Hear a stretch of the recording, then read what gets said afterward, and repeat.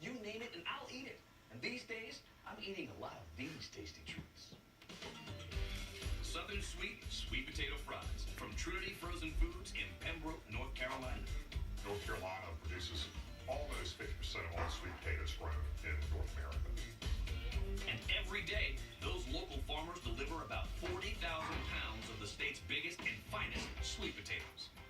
We prefer large sweet potatoes because we get a much better yield out of the product and less waste. Once the big old potatoes arrive, they're sorted into 1,000-pound bins and carried over to the vat dumper. It deposits the potatoes onto an inclined conveyor that feeds into the steam peeler. This is definitely not the kind of potato peeler you use at home. We're talking a blazing 290-degree steam forced in at 160 pounds per square inch. So the action of the steam cooking the outside of the potato plus the action of them tumbling allows the peel to be gently removed from the outside of the potato. Even after the steam peeler, there's still some skin stuck because of the starches on the outside of the potato. So they head off to the linear brush scrubber. The potatoes are tumbled inside of that machine in order to remove that excess peel waste. Next, those freshly peeled bright orange sweet potatoes hit another conveyor that takes them to the trim table, where they're, you guessed it, trimmed. There are things that naturally come in the potato like root ends and maybe external defects. And only the human eye can see that, so that's why they're hand trimmed. From there, they travel to the mechanical slicer. Inside this machine, 27 blades spin at a very high speed, so fast that you can't even see. But let's just say sweet potatoes go in and sweet potato fries come out. They come out fast. It ejects those French fry shapes into a discharge tank at about 50 miles an hour. At that pace, they need to hit water instead of metal to keep them intact. Then they rumble down a shaking conveyor and over a series of rigid rollers. There's a whole lot of shaking going on here. Why? It's time to dry off the fries, because nobody likes soggy fries. Now the fries head to inspection, where workers remove any miscuts or pieces that are too small before they hit the blancher. That's what allows us to naturally keep the orange color of that sweet potato.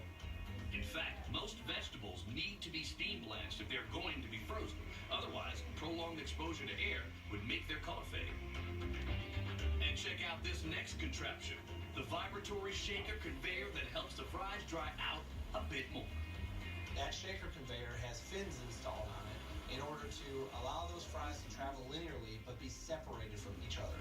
And that's because of where they're headed next, the batter curtain. See, sweet potatoes don't get crispy like regular fries, so to crisp them up during cooking, Trinity adds a thin coating of batter. But that recipe is top secret. I would love to talk to you about it, but I'm pretty sure someone would throw me into a van somewhere and you'd never see me again. Well, we don't want that, but here's what we can tell you. We use an actual rice-based batter to ensure that you have a clean-tasting sweet potato fry. From there, it's into the Really fry. stacks them. This one is a 750-gallon pan of 370-degree soybean oil. Since these fries are meant to be finished at home in an oven, they're only partially fried, which takes a mere 26 seconds.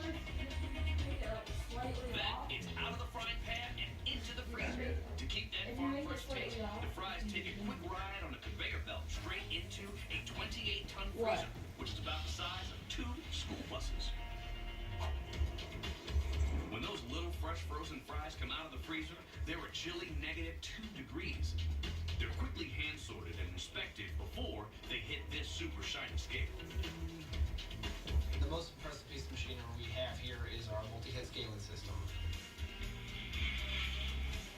Yep, that sweet machine weighs out over 32,000 bags of Southern sweet fries every week.